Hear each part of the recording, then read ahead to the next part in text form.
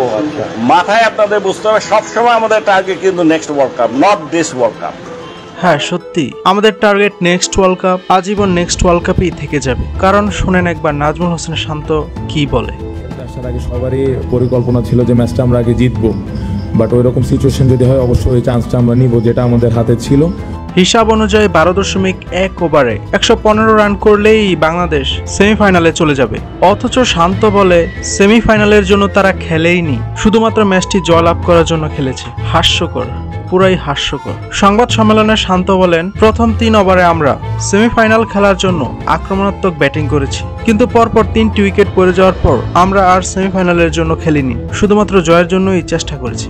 আচ্ছা, বাংলাদেশ যদি 12.1 ওভারের বেশি ব্যাটিং করে ম্যাচটি জয়লাভই করত, তাতে কি আসে যায়? বাংলাদেশ তো কত ম্যাচে জিতে, কিন্তু প্রতিদিন কি সেমিফাইনাল খেলতে পারে? এই ধরনের সুযোগ কি বারবার আসে?